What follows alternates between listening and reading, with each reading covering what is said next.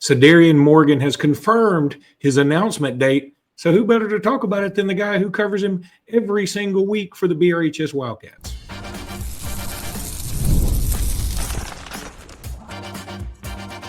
You are Locked On Bama, your daily podcast on the Alabama Crimson Tide, part of the Locked On Podcast Network, your team every day.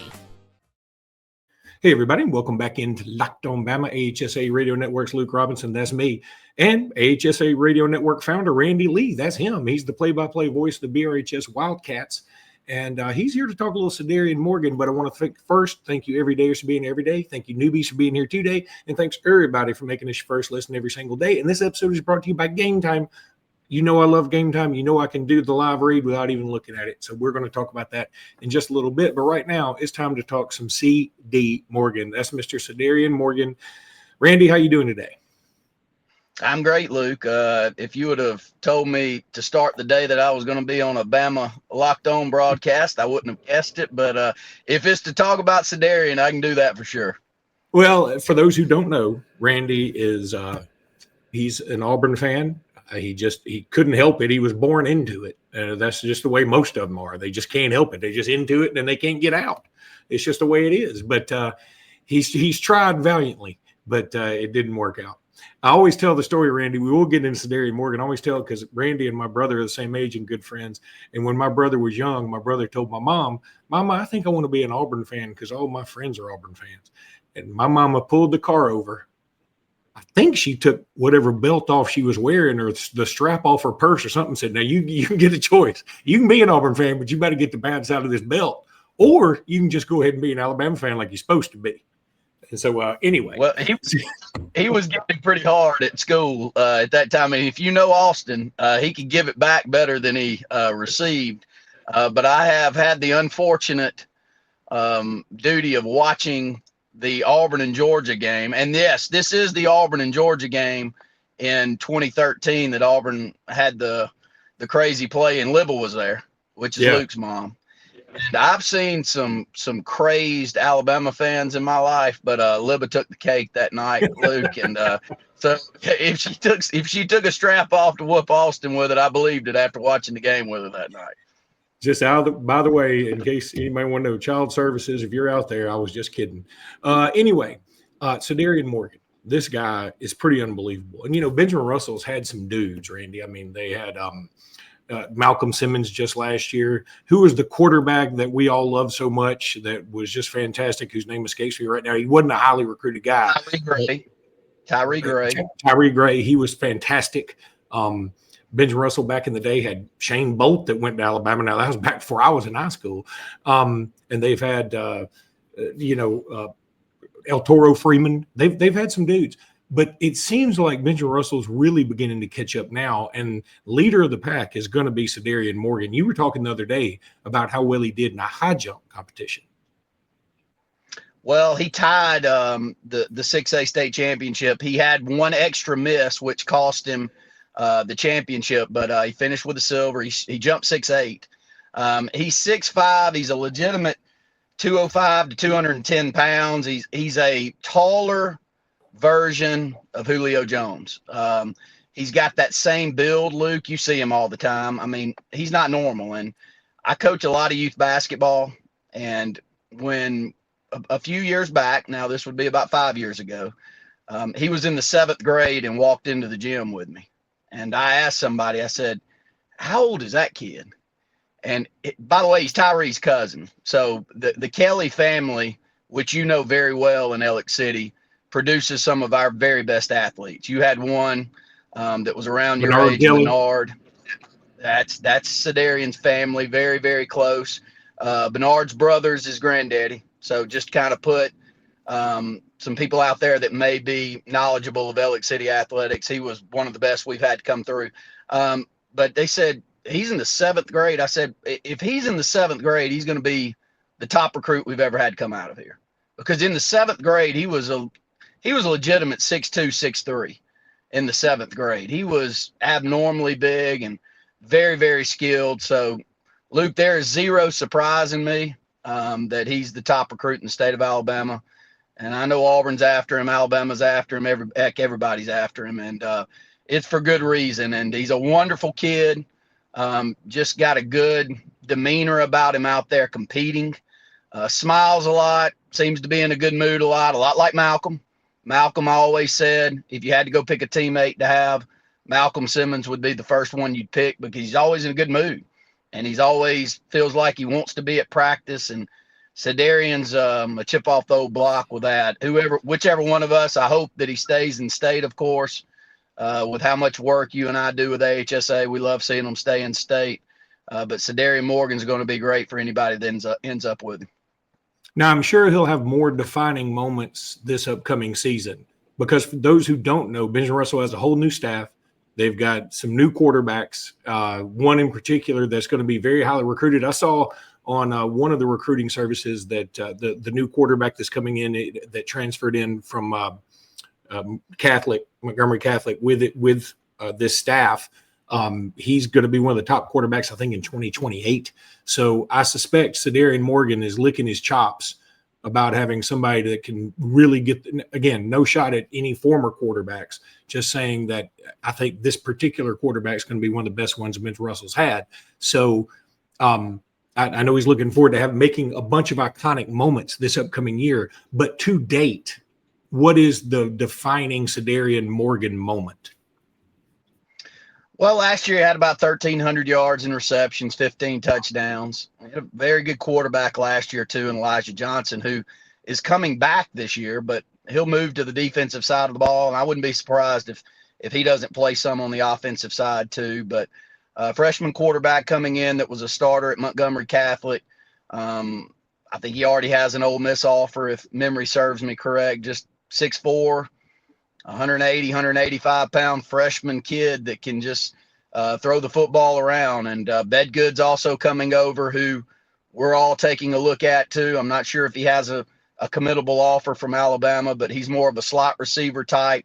And he had over 1,500 yards in receptions at Montgomery Catholic last year. So very, very good player that's coming as well with Coach Kirk Johnson. Juice coming from Montgomery Catholic has won 2 consecutive state titles. Ends up getting the coaching nod there at Benjamin Russell to go along with a lot of great talent. Caleb Spivey, does he have a committable offer from Alabama yet, Luke? I don't know that he has an Alabama offer yet. I suspect it's coming. I saw the other day, for those who don't know, Caleb Spivey is a defensive lineman on this Benjamin Russell team. He got an offer from USC, but he's only a junior, right? He'll be a junior. He's a sophomore currently. He'll be a junior next year. Wonderful athlete, very well put together. Another from one of our best families in Ellick City that just, we all have these last names in our communities that we want. Yeah, how about you making a few more athletes? He's from one of those families that just keep on churning them out. And wonderful kid. He's an all-A student too. We're all going to want him. But back to Cedarian, a great academic kid too, from a family that really knows that it's needed. So he's the first one to talk about him. And you're right. I was up there Monday for the first spring practice, Luke, and there were 4 or 5 coaches out there.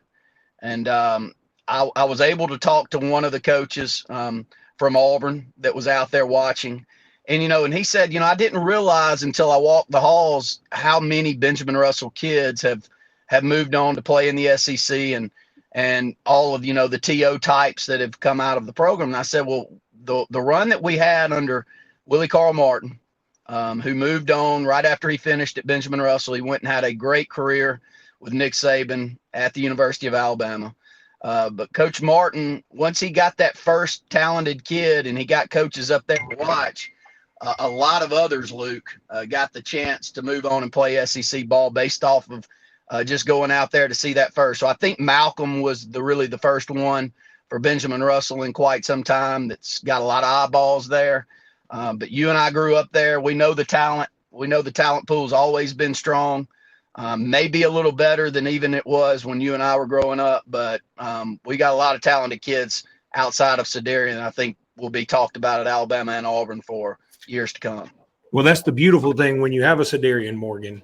what it does is bring coaches to practice, and they go, "Oh, tell me about this Spivey kid. Tell me about this other kid." And it recruiting begets more recruiting, and I think that's great. When we totally neglected to mention TO when we were talking about BRHS greats a little earlier, and we shouldn't have neglected that one. He's by far the most famous. How would you compare Cedarian to TO? Because TO is a year behind me. He spent a lot of time in school with me until I went to a different high school, but he's still dunking at age 51 or whatever he is. I mean, TO is a freak of nature. If you remember in high school, y'all had a very, very good football group to come through during that time. Alan Barnett was the quarterback. He committed to Auburn, but y'all had a lot of other great, talented players. Cedric Kendrick grew up there with you, Luke. I know that he was you and your family a lot. A lot of people think that he was the most talented player to ever come out of the high school from back to the high school ranks. But T.O., it was not that he was overlooked. It was just the timing that he was coming through school. I mean, we didn't have coaches in and out. We didn't have camps. If T.O. would have gone to a camp, he wouldn't have ended up at UTC. But, T.O. gets a scholarship offer because UTC had a committable offer to Derek Hall, if you remember. And they came to watch Derek one night. And, Alexander Booker, that's a good friend of yours too, was already playing at UTC at the time. And T.O. had a couple of big catches against Opelika and ends up getting an offer that night. And, that's history. He went on and worked as hard as he did and became the special player that he was, but he was more of a basketball guy. So if I've got to compare Cedarian to T.O., he's such a great athlete. This is not just a football guy. Cedarian grew up with his first love being basketball. Unfortunately for Cedarian, if he wanted to become a basketball player, he topped out at 6'5", because he is a post player in high school. He's not really a guard, does handle the ball at point guard a lot, has the ball in his hands a lot. But Cedarian's a tremendous all-around athlete. Just finished, I think, in the top 6 in the 200 meter in Alabama at 6'5", 205, 210. I mean, you don't see guys that are his height running the 200 meter race and finishing anywhere near where he was. So he's a legit athlete, and he's going to be special wherever he ends up. Randy, I know you got a meeting to go to, so I'll let you go. Want to say thank you so much for joining us spur of the moment. But the whole impetus for this was because Cedarian Morgan did confirm, just like he announced to the Sports Blitz crew first, that July 2nd will be his announcement date. And, I know, good Lord willing and the creek don't rise, I'm going to try and be there myself. Yeah, we'll both be there. And if it's not Auburn, I hope it's Alabama. I want him to stay in state. And glad to be on with you, Luke. Proud of all the growth that y'all have had on Locked On Bama. And I know it might sound crazy, but I watch from time to time, especially when y'all happen to lose a game or two. I tend to find my way over there. But enjoying it, buddy. And glad to be on with you. Thank you, my friend. All right, that was Randy Lee joining us. And now we're going to take a little break, get back and talk a little more recruiting. I'm running it solo today from here on out, so bear with me. I'm going to talk some game time. I love game time. This is no joke. I had somebody tweet at me that they were like, hey, because of Locked On Bama, I'm using game time to go to the Bama-Georgia baseball game. Hey, coinky dink, I'm going to be doing the same thing. I got 5 tickets to get through game time. I'm going to probably get them on, Friday afternoon, because I think the prices may drop even a little bit more.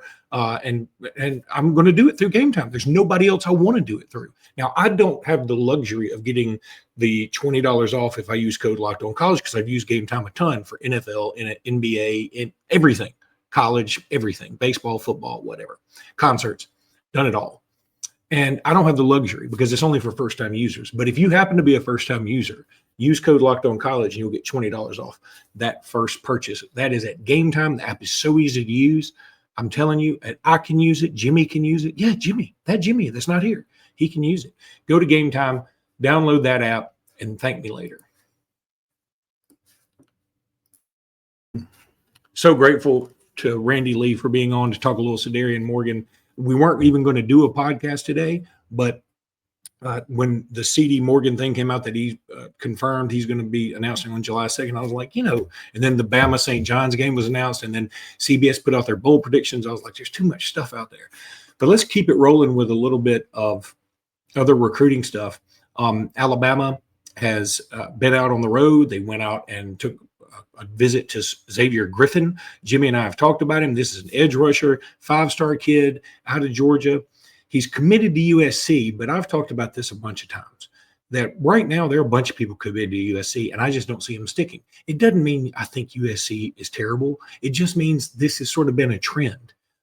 That's happened a few times with USC cats. So I think that some kids, especially if you're in the deep South and you haven't been to like Los Angeles and you get there and you're probably starstruck, right? I mean, USC, very famous place, got the Coliseum loaded with history, and Los Angeles is right there. Go down to the Hollywood Walk of Fame, you see the Hollywood sign, do all these things, and you get starstruck. You're like, yeah, I want to be here. I want to be here. Well, then as the months wear on, I think you start to figure out, okay, maybe I can stay close to home and still eventually do all that stuff without actually living there. That's what I think is going to happen with Xavier Griffin. I would be shocked at this point if Xavier Griffin doesn't end up at Alabama or Georgia, even though he's committed to USC. And I'll say the same thing about Elbert Hill, who just committed out of Ohio. I think he's number 1 player in Ohio, or maybe the number 2 player. And Jimmy and I have talked about him a gazillion times, defensive back that we love, that Alabama loves. He very surprisingly committed to USC the other day, and we just don't feel like that will stick. It might. It very well might. This is not inside information. These are theories by yours truly. Then there was the update, and this one caught a lot of people off guard, including me. I wish Jimmy was on today. Roman Voss, who's the number 1 recruit in Minnesota, came out with his top 2. It was Minnesota, no shock, and then Alabama. And frankly, I haven't heard his name associated with Alabama. But now he's the RPM leader, the odds-on favorite. Alabama is to land Roman Voss. Iowa was who a lot of people thought he would end up going to, and that makes some sense. I mean, this kid, he's 26 guy. He's an athlete, 6'4", 210, can sort of move around and play a lot of different positions, I think, but ultimately he will settle on tight end. And if you follow Locked on Bama, you know that Jimmy and I have talked several times about how Alabama, this particular staff, has an affinity for tight ends. And he's one of them. And this guy seems like a great player. He is in the top 150 for some services, mostly a 4-star. I don't think he's going to get a lot higher than that. Frankly, I don't know that I've ever seen a 5-star from Minnesota in quite some time. I remember they had a quarterback years and years ago whose name escapes me. But other than that, I don't remember a lot of 5-stars coming out of Minnesota. There may have been one, and somebody will correct me, but it's not like a high school recruiting hotbed. So my thinking is this kid will, if he wants to shoot up the rankings, he's going to have to go to an all-star game and really perform well. But regardless, Roman Voss, I'm excited. That would be sort of cool to have a dude from all the way in Minnesota. And, that they also have some connections. The family does to this coaching staff. And in fact, it was kind of a joke. One of the coaches' sisters, her cousin's sister's husband knows somebody that doesn't matter. It's a connection. And those connections always help when it comes to recruiting. Connections are the biggest thing, and they ultimately decide where a kid goes, although that may be changing, and it may be the biggest bag at this point, but we all know how this thing's going. All right, now I want to tell you about Amazon. You know why? Because they've joined us, and they're just awesome. And you can watch this program on Amazon. And did you know your Fire TV is also an Xbox? Turn any TV into your gaming and entertainment hub with Fire TV Stick 4K devices. No console required. Just grab your paired controller, subscribe, or sign in to Xbox Game Pass Ultimate with EA Play included, and you're ready to play. Dive into hundreds of premium titles from EA Sports College Football 25, it'll soon be 26, to Call of Duty Black Ops 6 and Avowed, whatever that is, as easily as you stream your favorite shows. It's gaming made simple, and it's all on your Fire TV. Head to Amazon.com/Fire TV Locked On to get started. Xbox Game Pass Ultimate subscription and compatible controller required. Got to get that compatible controller. Available on select devices, including Fire TV Stick 4K, second generation, Fire TV Stick 4K Max, first and second generation, and Fire TV Cube, That's their third generation. So go check out that right now.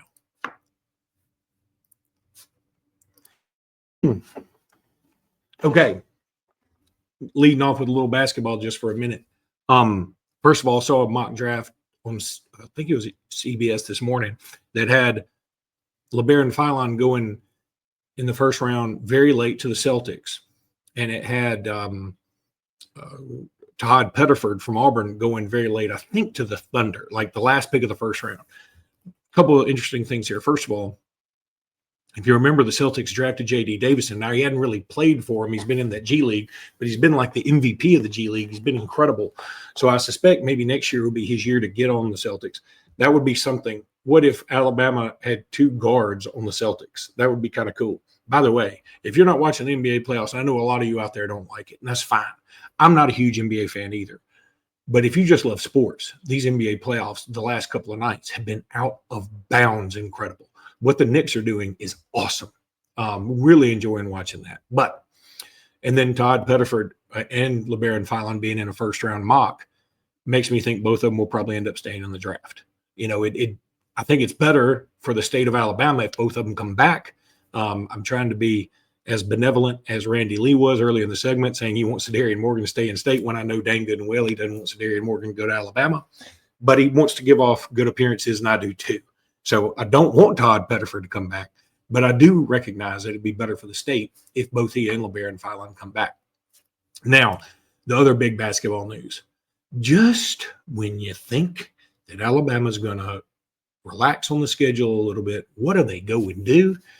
They're going to schedule a game against St. John's, of all teams, and they are in the top 3 in most preseason, very early preseason top 25s. I'm pulling it up on CBS now because I looked at it a little bit ago, and I was thinking, you look at Alabama's schedule. First of all, let's talk about this St. John's game. How awesome is it to play Rick Pitino in St. John's in Madison Square Garden? We were supposed to do it last year. It didn't work out. So I kept thinking, okay, it's going to happen. If you listen to the podcast daily, you know I've said, man, I hope that still happens this year. I hope it happens this year. And they're going to be the return trip for next year. So this year, I'm including this year as next year's team. You know what I mean? 25, 26. So next year, I don't even know what I'm saying. 25, 26, Madison Square Garden, St. John's. 26, 27, Birmingham, St. John's. So you know how Alabama always does their Birmingham game? It will be that St. John's team. Now, I'm looking here at CBS top 25 way too early. St. John's is number 2. Guess who's number 4? Purdue. Alabama plays them. Now, my line of thinking is Alabama may even be playing Duke next year in the ACC Challenge. That's probably wishful thinking, but if they do play them, they're number 8. Alabama plays Arizona in Birmingham. They're number 10. Kentucky, Alabama, of course, plays them once, maybe twice. They're number 11. Florida is at 15. Alabama plays them. Auburn's at 18. Arkansas at 19. Tennessee at 20. Texas at 22. Illinois at 23. Bama plays them in Chicago. And then Bama at 24. And I'm not even including the other teams that I can't remember are all in that Vegas tournament over Thanksgiving. Alabama's playing the whole top 25 again. And I'm here for it. I mean, there's some people that say, hey, let's relax the schedule. Nah. That ain't Nate Oates' bag, baby. That's not what he wants to do. Let's make these kids grow up quick. And look, here's the other thing. Here's the beautiful thing. If LeBaron Philon does come back, this is my selling point to LeBaron Philon. Not only, okay, we're going to pay you some significant NIL money. That's an agreement, right? But we're also going to put you on a stage that you just can't believe. We're gonna go play Madison Square Garden, and we're going to play St. John's. We're going to play in Chicago, Illinois, and play Illinois. We're in Birmingham. We're going to play a top 10 Arizona squad. It's going to be one of the biggest games. We're going to play a big ACC team in this crossover, and it's at our place, and it's going to be a big TV matchup. We're going to go to Vegas, and you're going to get to make more money if we end up winning that tournament. I'm not sure all the parameters of that, but y'all know what I'm talking about with that, because Alabama did that last year. So anyway, I think there's a selling point to this, but in the end, when the kid dreams of playing in the NBA his entire life and he gets the opportunity, it's going to be hard to say, hey, don't go to the NBA, stay here and play some college games for not as much money. All right, let's talk a little bit about CBS's bowl predictions. They do have Alabama making the playoff, by the way. They would be a home game on December 19th or 20th, playing Miami. Oh, I do want to say one thing. Going back to St. John's game, one bummer, it's the same day as Bama LSU. But you know what? I'm probably going to go to Madison Square Garden. I mean, I think that's fabulous. And I love Madison Square Garden. I've been there a couple times. Okay, so back to football. College football playoff. Alabama makes it. They played number 10 seed Florida. Alabama's the 7 seed. They would play Texas in the Sugar Bowl should they win, according to this. They have Clemson being the number 1 overall seed, Ohio State 2, Texas 3, and Iowa State 4. So that means Iowa State would win the Big 12. Then in the other college football playoff matchups, you have Notre Dame and Georgia, a rematch, and God have mercy on the souls of Notre Dame if that is true. LSU and Oregon, Bama, Miami, as I mentioned, and then here's one this will ruffle some feathers and raise some eyebrows. Penn State and Navy. Come on now. I don't think that's happening. But a couple other games just to throw out there that they have bowl-wise that may make you laugh just a little bit. In the Gasparilla Bowl in Tampa, it'll be Auburn and Memphis, a rematch from the Birmingham Bowl several years ago. So that is at least moderately interesting. And then one other game that I thought would be kind of cool, and that is, well, two other games really. Indiana and South Carolina, last year's darling team, but not to me, and then this South Carolina squad, and they'll be playing in the ReliaQuest Bowl in Florida and Michigan. Okay, I'm sort of down with that. I like it. In the Citrus Bowl. I like it, and I think it's fun. I think it's interesting. So many people are putting LSU in the playoffs. They got to go to Clemson. They got to go to Bama. They've got some. I think they have to go to Ole Miss. LSU's got a tough row to hoe.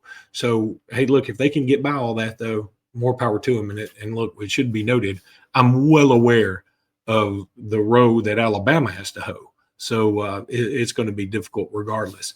All right. That's going to do it for today's podcast. We'll be back tomorrow with more, and Jimmy will be back tomorrow. He had a little family thing he had to do today. So sorry, Jimmy couldn't be here. I thought the Cedarian Morgan, getting to play-by-play voice of the BRHS Wildcats would be kind of cool, though. He is a friend of mine. He did start the AHSA Radio Network along with Brett Pritchard. Those two guys had a lot of foresight, and it's been a marvelous thing, and I've been so privileged and thrilled to be a part of it. And I appreciate you guys out there. So until next time, roll tide, everybody.